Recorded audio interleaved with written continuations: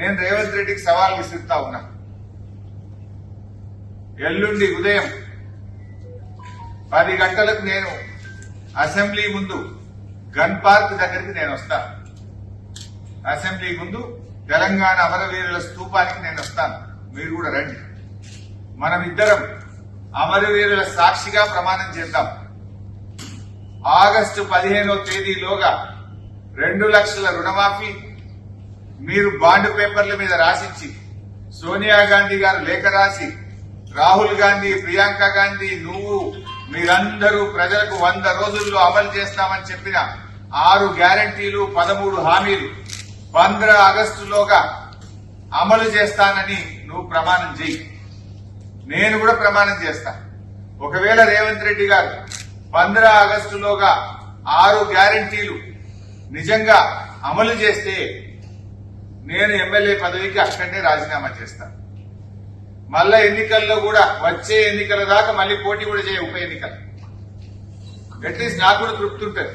ఒక 5 ఏళ్లు ఎమ్మెల్యే ఉన్న దానికంటే కూడా కోట్ల మంది ప్రజలకు రుణమాఫీ జరిగి 6 గ్యారంటీలు అమలయ్యేటువంటి సంతృప్తి నాకు మిగులుతుంది.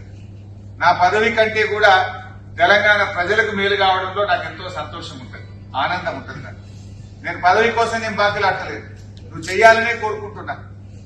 నువ్వు సవాల్ వేసినావు కదా, ఎస్ పోదాపా గన్ పార్క్ దగ్గరికి అమరవీరుల స్తూపం ముందు ఏ అమరులైతే తెలంగాణ ప్రజల కోసం త్యాగాలు చేసిండ్రో ఆ అమరుల సాక్షిగా ప్రమాణం చేద్దాం.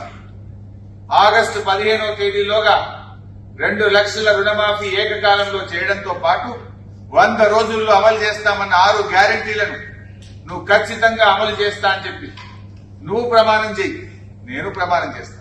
అమలు చేయకపోతే ముఖ్యమంత్రిగా మీరు రాజీనామా చేయండి. ఒకవేళ అమలు చేస్తే ఎమ్మెల్యే పదవికి రాజీనామా చేసి ఉప ఎన్నికల్లో పోటీ చేయకుండా నేను దూరంగా ఉంటాను. ప్రజలకు మేలు జరగడం నాకు ముఖ్యం, ప్రజల ఆకాంక్షలు ముఖ్యం. ప్రజలకు మీరు ఎన్ని మభ్యపెట్టిండ్రు?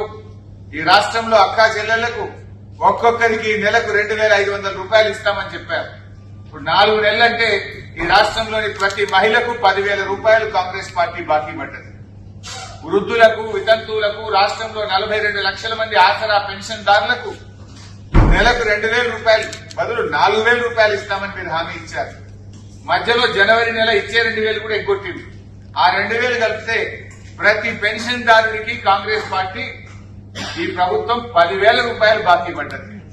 బాకీ పడ్డ పెన్షన్దారులకు 10,000 ఇవ్వండి. 15 ఆగస్టులోగా 4,000 ఇచ్చే కార్యక్రమం ప్రారంభించండి. మహిళలకు 2,500 రూపాయలు ఇవ్వండి. ఎస్, నేను తప్పకుండా రాజీనామా చేస్తాను. నేను రెడీ. నేను మాట మీద నిలబడేటువంటి తత్వం మాకున్నది.